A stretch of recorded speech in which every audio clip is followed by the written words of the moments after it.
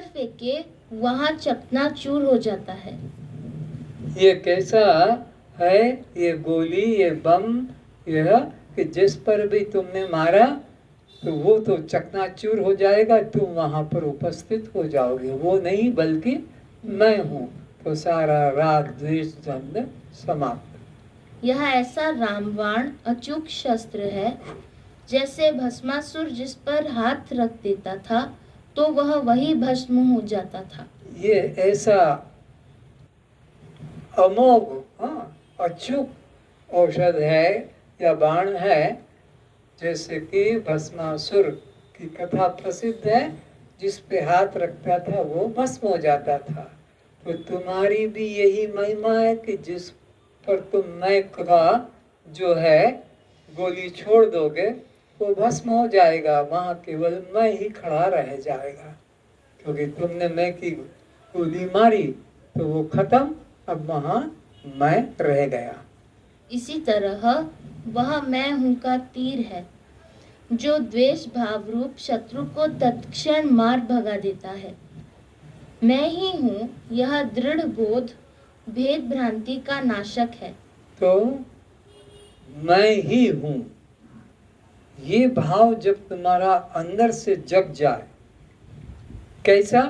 जैसे ये हाथ भी मैं हूं और ये हाथ भी मैं हूं, ये पैर भी मैं हूं, ये पैर भी मैं हूं, ये जीभ भी मैं हूं और दांत भी मैं हूं।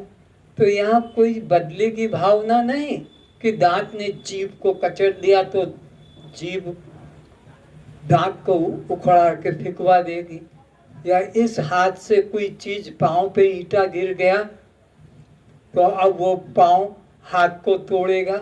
यहाँ जैसे समता भाव है अपने प्रत्येक अंग के अंदर, ऐसे ही अपने को सर्वत्र आत्मभाव में देखो तो द्वंद्व खत्म, राग द्वेष खत्म, दुख खत्म।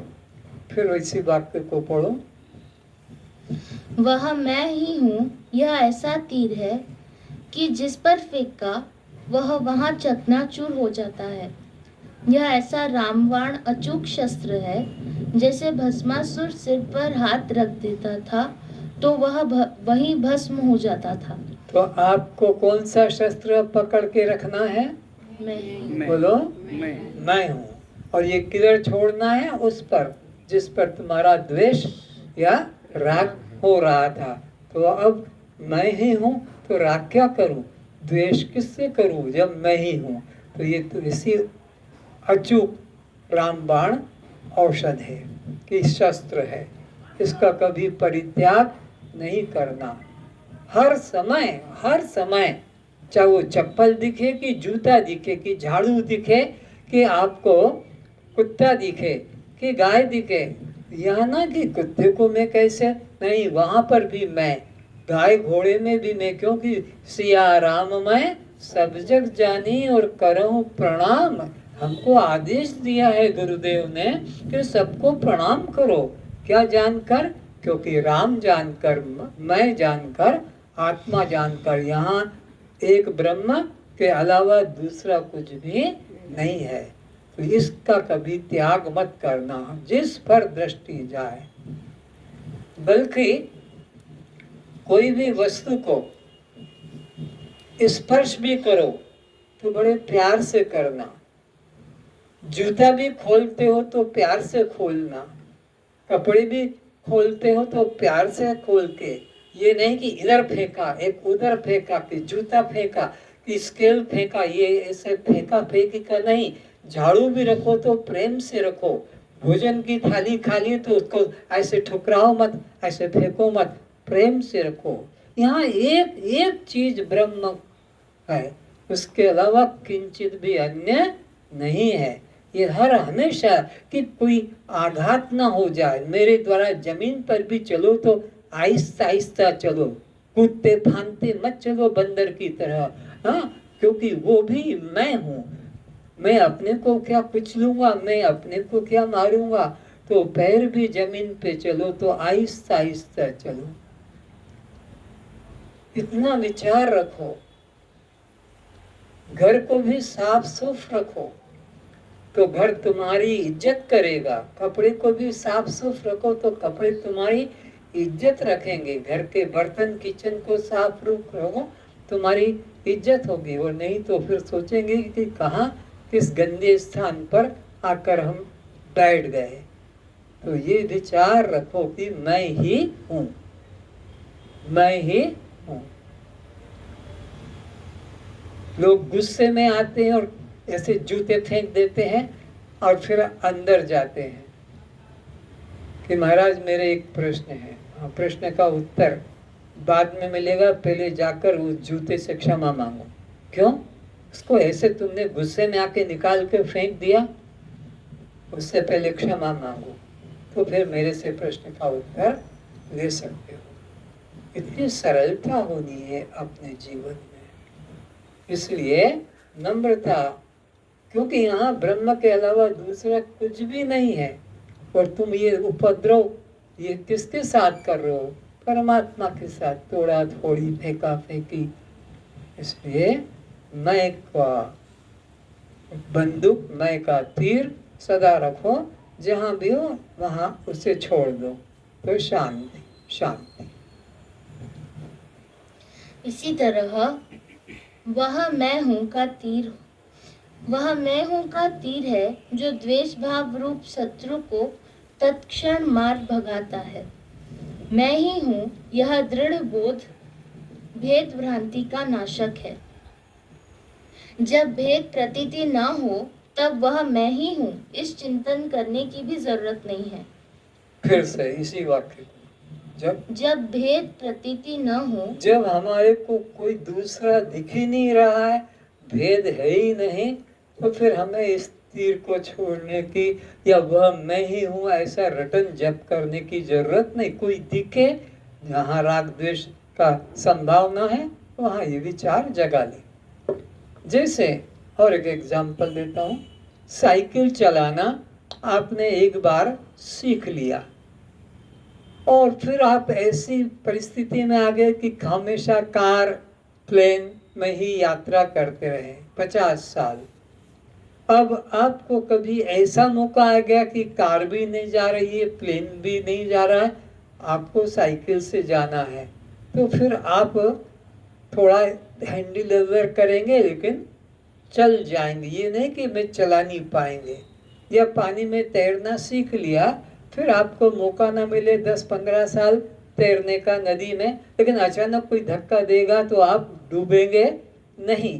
तो ऐसे ही आपको जब कभी जरूरत पड़ेगी तो उसका प्रयोग कर लें, लेकिन सब समय शिवम शिवम शिवम शिवम राम राम राम राम राम राम ऐसा ये जप माला करने की चीज नहीं। जब हमारे को अनात्म चिंतन हो तो उस वक्त पर आत्मचिंतन को प्रकट कर लेंगे। आया समझ में?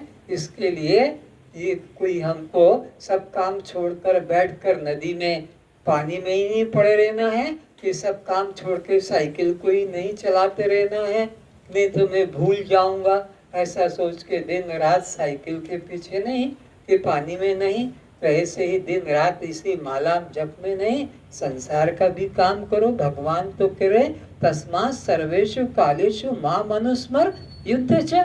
भगवान ने ये नहीं कहा कि काम बंद कर, हाँ मेरा चिंतन भी कर और अपना काम भी करो। जब भेद प्रतीति न हो तब वह मैं ही हूँ इस चिंतन करने की भी जरूरत नहीं है। जैसे अधिष्ठान रस्सी से अध्यस्त सर्प की सत्ता पृथक नहीं, इसी तरह मुझ अधिष्ठान आत्मा से अध्यस्त प्रपंच रूप इस जगत की भी पृथक सत्ता नहीं है। तो यहाँ पर कोई द्वैत दिखे तब तो ये चिंतन करो, पर यहाँ तो कोई द्वैत मुझे दिखाई नहीं पड़ रहा। एक मेवा अद्वितीयम ब्रह्म ने नानास्ति किंचन। जैसे मंद अंधकार में रस्सी में सर्प की प्रतीति होती है, पर वहाँ सर्प नहीं है, रस्सी का अज्ञान है, अधिष्ठान रस्सी का अज्ञान है, इसलिए अध्यस्त सर्प की प्रतीति हो रही है। जहाँ रस्सी का ज्ञान हुआ प्रकाश के द्वारा, रस्सी में जो हमको सर्प की प्रतीति हो रही थी वो हमारी बुद्धि से निकल जाती है। रस्सी में तो सांप था नहीं, है नहीं, होता ही नहीं, पर मंद अंधकार में रस्सी स्थान पर हमें उस आकृति को देखकर हमारी बुद्धि में वो सर्प भ्रम पैदा होता, रस्सी में नहीं। तो इसी प्रकार आत्मा के अज्ञान के कारण यह हमको जगत भ्रम प्रतीत होता है, द्वैत प्रतीत होता है। पर सद्गुरु के द्वारा जब अखंड आत्मा का बोध करा दिया जाता कि यहाँ एक मैं के अलावा दूसरा कुछ भी नहीं, सारे संसार में मैं के अतिरिक्त कोई तू नाम की वस्तु ही नहीं है। जितने बैठे हैं कोई सिद्ध कर दे कि ये तू है और वह है, न वह है न कोई तू है, बल्कि जहां भी पूछो वो है, पहले कहेगा आई एम सो, मैं यह हूँ, मैं यह हूँ, पहले मैं आएगा फिर वो उपाधि जोड़ेगा। तो जो प्रथम है होता है प्रथम पुरुष वही सत्य है, बाद में जो हुआ वह भ्रांति है। तो जहाँ भी देखो केवल एकमात्र मैं के बिना न ये घड़ी है, न मैं के बिना ये रुमाल है, न मैं के बिना कुछ है। तो जहाँ भी खड़े हो, अरे लहर जहाँ भी होगी पानी के अलावा वहाँ कुछ मिलेगा? जहाँ तक भी लहर है वहाँ पानी है। तो जहाँ तक भी यह है वहाँ मैं है। अगर मैं नहीं तो यह उसको कौन सिद्ध करेगा? इतना मन में विश्वास रखो कि यहाँ मैं के अतिरिक्त अन्य कुछ भी नहीं है। सब आकारों में रूपों में मैं ही हूँ। अस्तु, यह प्रपंच मैं ही हूँ। मुझसे यह दृश्य प्रपंच उसी प्रकार भिन्न नहीं जैसे स्वप्न दृष्टा से स्वप्न नगर भिन्न नहीं होता। जैसे स्वप्न में तुमने देखा कि कोई शत्रु तुम्हें मार रहा है, तुम्हारे गर्दन काट दिया स्वप्न में, और अब तुम्हारी नींद खुल गई घबराहट से, तो और वो जो स्वप्न में जिस शत्रु ने तुम्हें मारा और गर्दन जिसकी काटी, विचारो वो कहाँ गए दोनों? गर्दन जिसकी काटी और जिसने गर्दन काटी, तो ये कौन था? ये केवल मैं, केवल स्वप्न दृष्टा ही वह शत्रु बन गया, वही तलवार चाकू गोली बन गया, उसी ने गोली मारी और वही अब उठकर बैठ गया। तो जैसे स्वप्न का दृष्टा स्वप्न से अलग नहीं है, इसी तरह इस दृश्य जगत का दृष्टा दृश्य से अलग नहीं है। इति अष्टावक्र गीतायां ब्रह्म विद्यायां द्वादश प्रकरणं समाप्तम्। त्रयोदश प्रकरणम् अकिंचन भवं स्वास्थ्यं कौपीन्यत्वे अपि दुर्लभं त्यागादाने विहाय अस्मात् अहमसे यथा सुखम। यहाँ कुछ भी नहीं है। इस भाव से जो भी शांति उपलब्ध होती है वह सन्यासी बनकर लिंगोट दंड कमंडल मुंडन धारण करने से भी प्राप्त करना दुर्लभ है। क्या सुंदर बात बता रहे हैं अष्टावक्र जी कि यहाँ एक मैं के अतिरिक्त है। जैसे स्वप्न में मैं के अतिरिक्त हवाई जहाज भी उड़ा, फिर ट्रेन भी चली, फिर समुद्र तूफान भी, सब कुछ भी आया, लेकिन नींद टूटने पे क्या लगा कि वहाँ एक मैं के अतिरिक्त अन्य किंचित भी नहीं। तो ऐसा जिनको विवेक जग गया कि यहाँ जिधर भी दृष्टि डालता हूँ बस मैं ही मैं ही मैं। भक्त की दृष्टि से बस तू ही तू। भक्तों की दृष्टि से, ज्ञानियों की दृष्टि से बस मैं ही मैं हूँ। अब ऐसा जिसको बोध हो गया उसके लिए जगत ही समाप्त हो गया, दुख ही समाप्त हो गया और बंधन भी नहीं फिर से। यहाँ कुछ भी नहीं है। किसके अलावा? मेरे अलावा यहाँ कुछ भी नहीं है, क्योंकि मेरा अभाव हो जाएगा तो कुछ भी नहीं कौन कहेगा।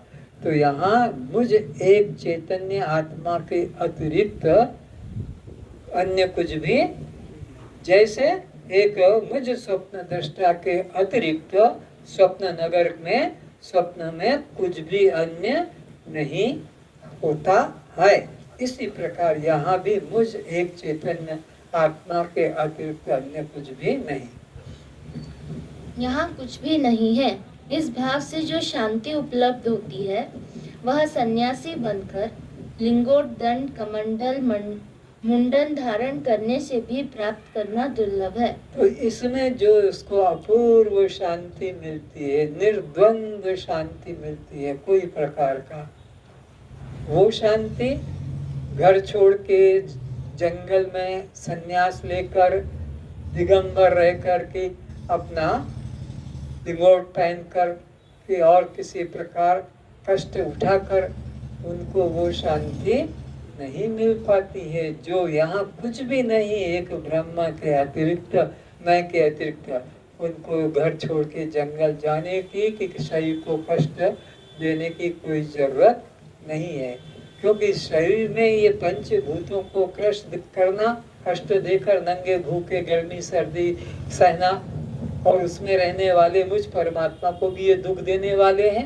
नाना कष्ट साधन करने वाले, व्रत उपवास करने वाले, यात्रा करने वाले। कैसे यात्रा? दंडवत प्रणाम। एक बार जैसे आप आते हैं और दंडवत किया, फिर वहां पर हाथ जहां था वहां एक लकड़ी का टुकड़ा रख देते हैं, फिर खड़े होकर वहां तक चले जाते हैं, फिर वहां से दंडवत प्रणाम करते हैं और वो लकड़ी का उठाया टुकड़ा फिर वहां रख दिया। फिर इस तरह से कोई 50 मील, कोई 10 मील, कोई 100 मील की यात्रा, दंडवत प्रणाम। क्या पागलपन है? इससे कोई परमात्मा खुश हो जाएगा? इससे कोई कल्याण का संबंध है? तो कोई जो है अपना एक्सप्रेस यात्रा करते हैं, इन्हें दौड़ दौड़ के बस घुंघरू बांध लेते हैं, चलते का बढ़िया जैसे होते हैं। इससे परमात्मा का क्या संबंध है? यहाँ से जल उठा कर वहां जाके जल चढ़ा दिया। तो इस प्रकार के साधन करने से कभी शांति नहीं बल्कि और दुख की ही प्राप्ति होती है। और भगवान ने तो कहा ऐसे लोगों को मैं असुर योनि में डाल देता हूँ, जो इस शरीर में, शास्त्र में जो नहीं कहा ऐसे साधन जो करता है। तस्मात् शास्त्रीय प्रमाणम ते कार्यो व्यवस्थितः। इसलिए क्या करना क्या नहीं करना ये शास्त्र के अनुसार तुम्हें करना है। मूर्ख समाज को देखकर नहीं करना है। भेड़िया दसान नहीं करना है कि एक भेड़िया गया गड्ढे में तो सब धड़ाधड़ उसी में गिरते हैं। तो यह शास्त्र के अनुसार करना है। और जो इस तरह मनमानी करते हैं, शरीर को कष्ट देते हैं और शरीर में रहने वाले मुझे भी सताते हैं, ऐसे लोगों को मैं आसुरी स्वभाव वाला जान आसुरी योनि में डालता हूँ। इसलिए त्याग व ग्रहण छोड़कर मैं सुख पूर्वक स्थित हूँ। अब मेरे को न तो त्याग करना है क्योंकि कोई दूसरा हो तो त्याग करूं, और कुछ मेरे अतिरिक्त चेतन के अतिरिक्त कुछ अन्य हो तो ग्रहण करूं। अब यहाँ ग्रहण त्याग का द्वंद्व ही खत्म है। जनक जी कहते हैं, हे गुरुदेव, आपके उपदेश पाकर अब यह जगत मुझे रस्सी में सत, सीप में चांदी, आकाश कुसुम, गंधर्व नगर, मरुस्थल में जल, जादूगर से प्रकट धन, मिष्टान आदि की तरह सभी दृश्य प्रपंच मिथ्या लग रहा है। कौन कह रहा है? बोलो, ये कौन कह रहा है? जनक जी कह रहे हैं। किसको कह रहे हैं? अपने गुरुदेव को, अष्टावक्र जी को। और क्या कह रहे हैं कि आपने जो मुझे तत्व ज्ञान, ब्रह्म ज्ञान दिया, एक ब्रह्म का निश्चय, अब तो मुझे जगत कैसा लग रहा है? जैसे कि मरुस्थल के अंदर जलाशय हो, या सीप में चांदी हो, या गगन पुरुष हो, या ठूठ में कोई चोर दिखाई पड़ता हो। इन्हें है नहीं, तो ये जगत भी है नहीं पर प्रतीत हो रहा है। ऐसा ये जगत मेरे लिए अब असत हो गया है, जो अज्ञान काल में सत्य जैसा प्रतीत हो रहा था। आपके ज्ञान उपदेश द्वारा मुझे जो सच्ची शांति उपलब्ध हुई है, वह संन्यास लेने, दंड कमंडल कोपिन धारण करने से भी प्राप्त होना दुर्लभ लगता है। तो गुरु के बिना शांति की प्राप्ति नहीं हो सकती। कर्णधार सतगुरु दृढ़ नावा, तो दुर्लभ साज सुलभ करी पावा। ये जो दुर्लभ कार्य था भव सागर से पार होना, कि जन्म मरण के बंधन से छूटना, ये अपने बाहुबल से नदी को, हम समुद्र को पार नहीं कर सकते। उसके लिए सुदृढ़ नौका चाहिए, रथ हमको। तो ये गुरु ने क्या किया, एक दृढ़ जहाज, सुदृढ़ जहाज में हमको बिठाकर और पार कर देता है निश्चिंत, फिर डूबने का भी डर नहीं। तो गुरु बिन भव निधि तरय न कोई, जो विरंच शंकर सम होई। भगवान शंकर विष्णु और ब्रह्मा के समान भी कोई शक्तिशाली हो जाए, लेकिन सृष्टि बना लेगा, पालन कर देगा, संहार कर देगा ब्रह्मा विष्णु शंकर, लेकिन भवसागर से खुद को पार नहीं कर पाएगा। इसलिए गुरु की शरण में राम को भी जाना पड़ा, कृष्ण को भी जाना पड़ा, सबको जाना पड़ता। गुरु बिना भव निधि तरय न कोई भी पार नहीं कर सकता। मोक्ष मूलम गुरु कृपा, मोक्ष मूलम गुरु कृपा।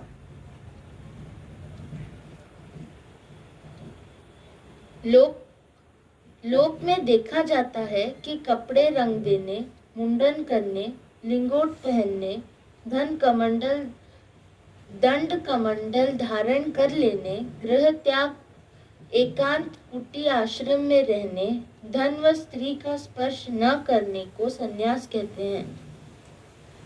धर्म के दिखावे से, प्रदर्शन से कोई संबंध नहीं है।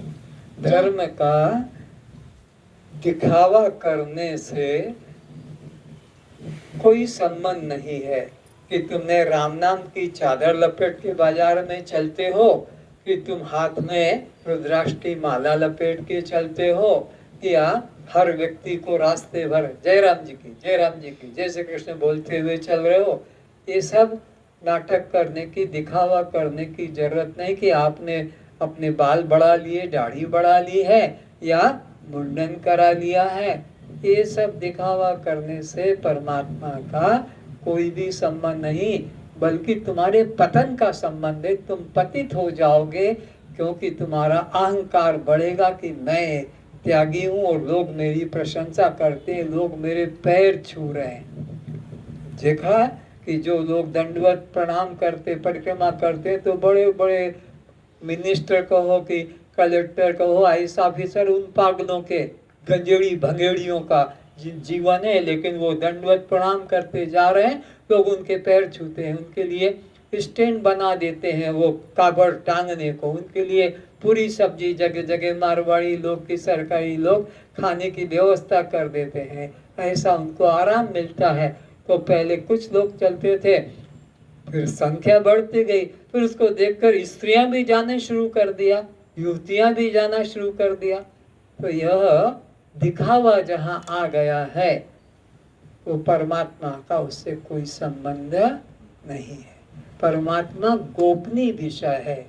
कैसा है? राजविद्या राजगुह्यम पवित्रम इदम उत्तमम। ये राजाओं की विद्या है, ये भिखारियों की विद्या नहीं है कि सुख संपत्ति घर आवे कष्ट मिटे तन का। ये भिखारियों की है। ये तो ब्रह्मलोक तक के भोग की इच्छा नहीं करता है, केवल एक परमात्मा की ही रुचि होता है। उन लोगों का यह विषय है। तो धर्म के नाम पर दिखावा लाने में लोग ज्यादा आग्रह रखते हैं कि लोग हमें जाने कि हम भगत राज हैं, लोग हमें जाने कि हम यह हैं। ठीक।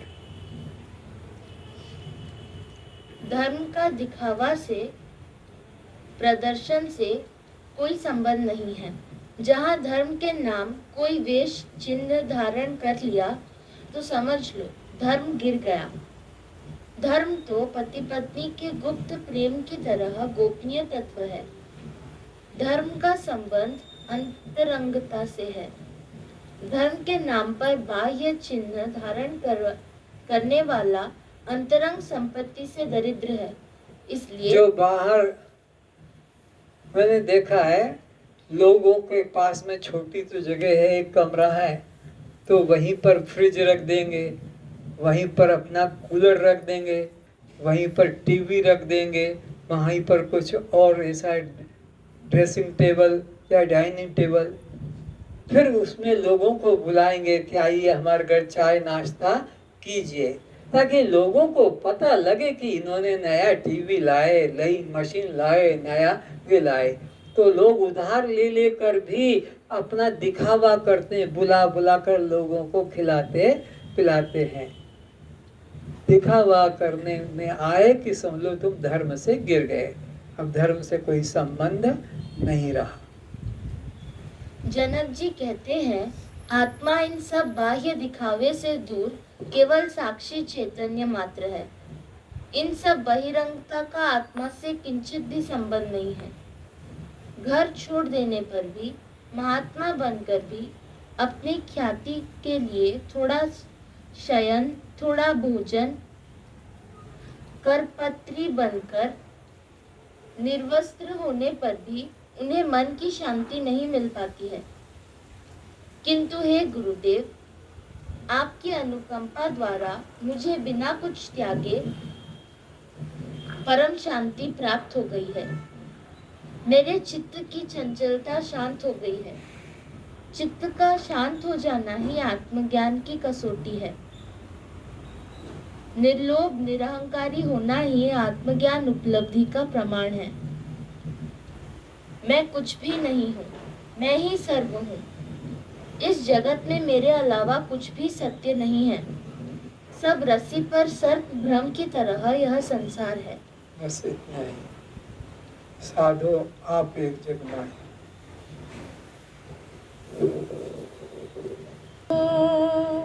आप एक जग माही जी, साधो आप एक जग माही जी, आप एक जग माही जी, आप एक जग माही जी।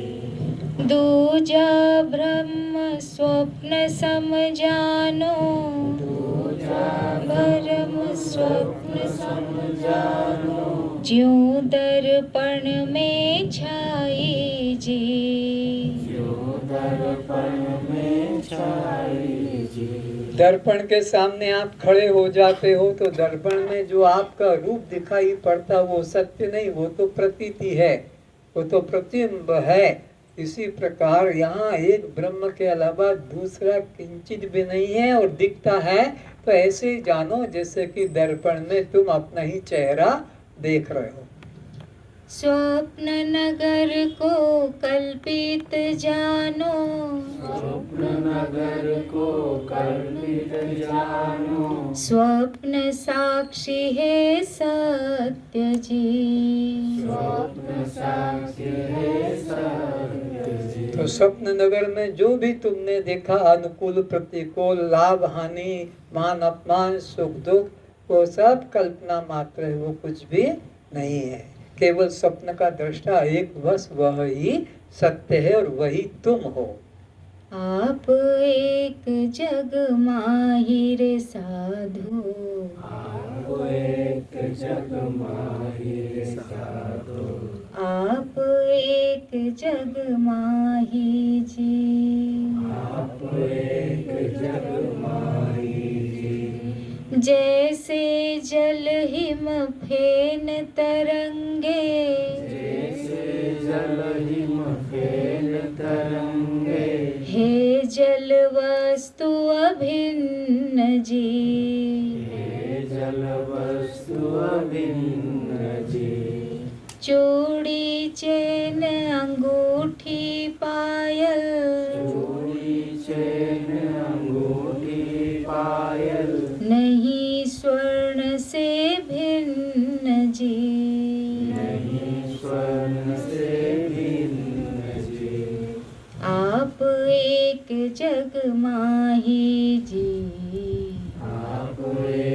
जग माही जी।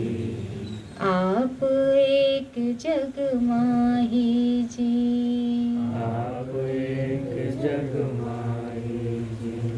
अधिष्ठान से अध्यस्त वस्तु, अधिष्ठान से अध्यस्त वस्तु। जिससे अधिष्ठान रस्सी में जो सर्प प्रतीत हुआ उसे अध्यस्त कहते हैं, पर वो अध्यस्त अधिष्ठान रस्सी से, वो सर्प दिखने वाला रस्सी से अलग नहीं है। अधिष्ठान से अध्यस्त वस्तु, अधिष्ठान से अध्यस्त वस्तु। होती नहीं कभी भिन्न जी। होती नहीं कभी भिन्न जी।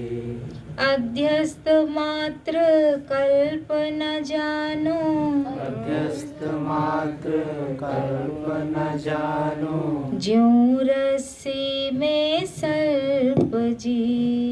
जो रस्सी में सर्प जी। आप एक जग माही जी। आप एक जग माही जी। आप एक जग माही जी। आप एक जग माही जी। कल्पित सर्प से हानि न होवे, कल्पित सर्प से हानि न होवे। क्यों उसे मारन जाओ जी। क्यों से मारन जाओ जी।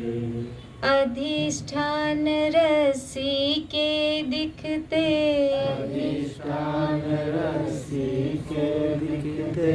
अध्यस्त सर्प न सावत जी। अध्यस्त सर्प न सावत जी। आप एक जग माही रे साधो। आप एक जग माही साधो। आप एक जग माही जी। आप एक जग माही जी। सभी खिलौना खांड में भासे, सभी खिलौना खांड में भासे। खांड खिलौना माही जी। खांड खिलौना माही जी। कहत निरंजन ब्रह्म जगत में, कहत निरंजन ब्रह्म जगत में। जगत ब्रह्म के माही जी। नेहा फिर नींद आई है बेशरम। आप एक जग माही रे साधो। आप एक जग माही रे साधो। आप एक जग माही जी। सीधी कर गर्दन। आप एक जग माही जी। साधो आप एक जग माही जी। साधो आप एक जग माही जी। सर्वेषां शान्तिर्भवतु, सर्वेषां शान्तिर्भवतु। सर्वेषां मङ्गलं भवतु, सर्वेषां मङ्गलं भवतु। सर्वेषां पूर्णं भवतु, सर्वेषां पूर्णं भवतु। सर्वेषां स्वस्तिर्भवतु। सर्वेषां स्वस्तिर्भवतु। बोलो सच्चिदानंद भगवान की जय। सद्गुरुदेव की जय। सबका मंगल हो। सबका मंगल।